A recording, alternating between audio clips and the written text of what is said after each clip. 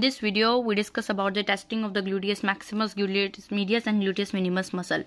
Gluteus maximus muscle को test करने के लिए जो पेशेंट होता है उसे प्रोन पोजीशन में लिटाया जाता है। ये प्रोन पोजीशन होती है, ठीक है। और जो हमारे पास फिजिशियन का राइट हैंड होता है वो हमारे पास राइट लेग को डाउनवर्ड्स मतलब प्रेस करता है।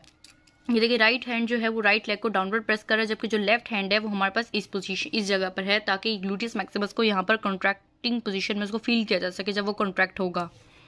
देन फिर हम पेशेंट को कहते हैं कि जो हम यहाँ पे इसकी जो फोर्स है वो डाउनवर्ड लग रही है, पेशेंट फिजिशियन के राइट हैंड की वजह से फोर्स डाउनवर्ड लग रही है। और हम पेशेंट को कहते हैं कि अपनी हिप को जो एक्सटेंड किया जाए, trying to extend his hip against resistance, यानी रेजिस्टेंस है ना, क्योंकि फिजिशियन का राइट हैंड तो नीचे डाउनवर्ड फोर्स लगा रहा है, जबकि एक्सटेंशन ऑफ द हिप के लिए उसको अपवर्ड फोर्स लगानी पड़ेगी, डाउनवर्ड मतलब इस साइड पे मूव करना पड़ेगा एक्सटेंशन ऑफ द हिप के लिए। तो हम अगेंस्ट रेजिस्टेंस उसको एक्सटेंड हिज हिप करने का कहते हैं, ताकि हम कॉन्ट्रैक्टिंग मसल जो ग्लूटियस मैक्सिमस, क्योंकि हमारे पास एक्सटेंशन ऑफ द हिप करवाता है, तो अगर ये हमारे पास एक्सटेंड हिप करने की कोशिश करेगा अगेंस्ट रेजिस्टेंस, तो यहाँ पे हम इस पोजीशन पे कॉन्ट्रैक्टिंग ग्लूटियस मैक्सिमस को फील कर सकते हैं। उसके बाद हमारे पास ग्लूटियस मैक्सिमस अगर पैरालाइज हो जाए तो क्या होता है। मस्कुलर डिस्ट्रॉफी में अक्सर मसल्स की डिस्ट्रॉफी में हमारे पास ग्लूटियस मैक्सिमस मसल भी पैरालाइज हो सकता है। तो अगर ये हो जाए तो पेशेंट को जो है वो हमारे पास सिटिंग जो पेशेंट जो होता है वो हमारे पास सिटिंग पोस्चर से स्टैंडिंग पोस्चर में उसको खड़ा होने में डिफिकल्टी होती है, यानी वो पहले अपनी लेग पर हाथ रख के खड़ा होगा, फिर थाई पे रखेगा। इस तरह से हम कह सकते हैं पेशेंट क्लाइंब ऑन देमसेल्व्स, अपने क्लाइंब करता है, पहले लेग फिर थाई पे पाँव रखना, तो सपोर्ट के बगैर जो है वो खड़ा नहीं हो सकता ग्लूटियस मैक्सिमस की पैरालिसिस की सूरत में, क्योंकि gluteus maximus is important muscle from standing in मतलब from standing from the sitting posture. उसके बाद है इंट्रामस्कुलर इंजेक्शन हम ग्लूटियल रीजन के एंटीरियर सुपीरियर क्वाड्रेंट में देते हैं, ताकि हमारे पास नर्व और वेसल्स की जो है, यानी एंटीरियर सुपीरियर क्वाड्रेंट में ग्लूटियस मीडियस और मिनिमस होते हैं,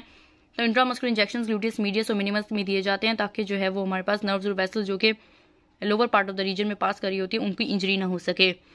उसके बाद ग्लूटियस मीडियस और मिनिमस की पैरालिसिस में पेशेंट जो है वो वॉक नहीं कर सकता प्रॉपर्ली, बल्कि वो पैरालाइज साइड पर बेंड हो जाता है। मतलब अगर राइट साइड पैरालाइज है तो उस साइड पर बेंड होगा ताकि वो आगे चल सके, तो इस साइड पर वो पैरालाइज, जैसे बेंडिंग हो रही है,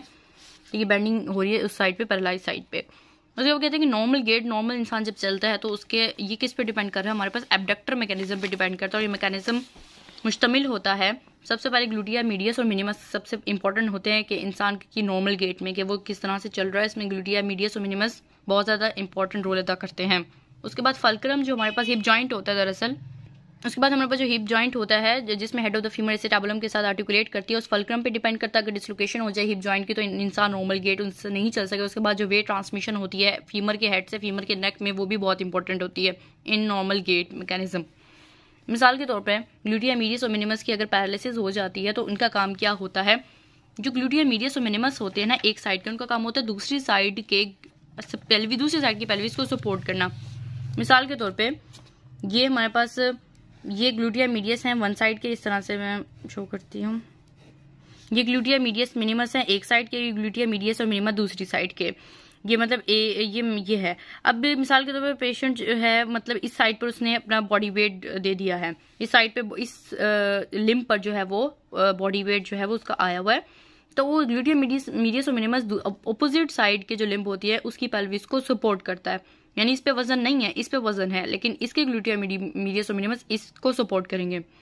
मतलब इसको गिरने से बचाएंगे इस साइड की पेल्विस को। लेकिन अगर ये पैरालाइज हो जाते हैं तो अगर बॉडी वेट सपोर्ट किया जाता है एक लिम्ब पर, तो उस लिम्ब के जो ग्लूटिया मीडियस और मिनिमस है वो दूसरी मतलब लिम्ब की जो अनसपोर्टेड साइड होती है पेल्विस की, उसको ड्रॉप होने से नहीं बचा पाते, वो ड्रॉप हो जाती है।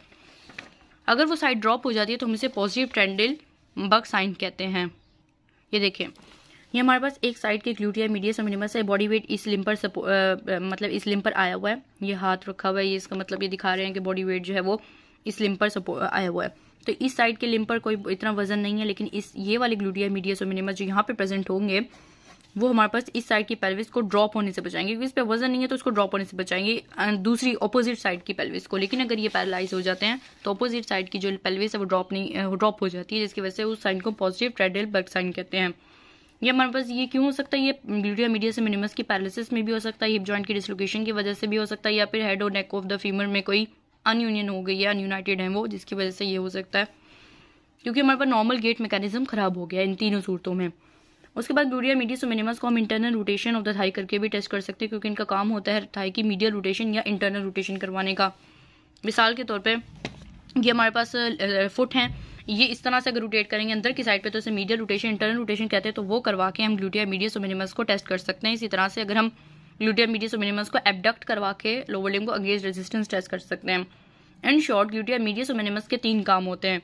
Internal rotation of the thigh करवाना या medial rotation, abducting lower limb को एबडक्ट करवाना, या फिर हमारे पास अपोजिट साइड की पेल्विस को सपोर्ट करना इन केस ऑफ अगर बॉडी वेट एक लिम्ब पर सपोर्ट हो जाए। तो ये तीनों काम होते हैं, ये तीनों काम करवा के अगेंस्ट रेजिस्टेंस हम ग्लूटिया मीडियस और मिनिमस को टेस्ट कर सकते हैं।